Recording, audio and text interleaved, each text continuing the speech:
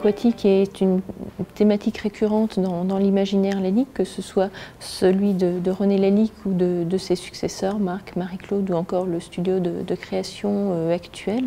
C'est une exposition qui nous permettait donc d'aborder différents supports, depuis les dessins jusqu'au cristal, en passant par le verre bien sûr, ou les pièces d'orfèvrerie ou encore les bijoux. René Lalique est un artiste d'exception qui s'est illustré à la période de l'Art Nouveau avec ses bijoux, à celle de l'Art déco avec ses créations verrières. Dans un premier temps, il crée des bijoux dans l'esprit joaillerie, utilisant diamants et autres pierres précieuses. Mais rapidement, son esprit imaginatif va le pousser à innover.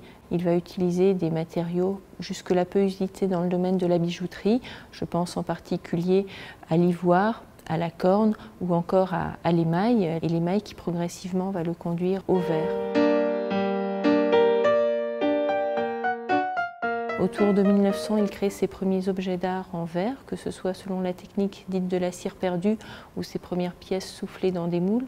Et puis, aux alentours de 1907-1908, il va rencontrer un parfumeur, François Coty, et à partir de là, il va créer des flacons de parfum pour les grands parfumeurs de l'époque. C'est le début de la production de série, de la production industrielle. Il va développer une créativité très riche, bien sûr dans le domaine des flacons de parfum, mais également dans le domaine architectural, dans le domaine de la décoration, avec des vases, statuettes et autres surtout motifs décoratifs.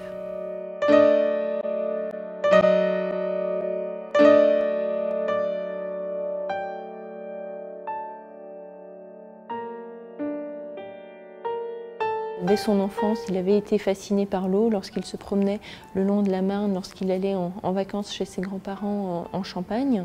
Et puis c'est aussi en Champagne qu'il a vraisemblablement découvert le monde aquatique, que ce soit les grenouilles ou autres libellules.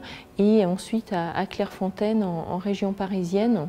Il va acheter une propriété en 1898 et là il fait énormément de photos. Il va beaucoup photographier les cygnes qui sont des motifs récurrents dans sa création.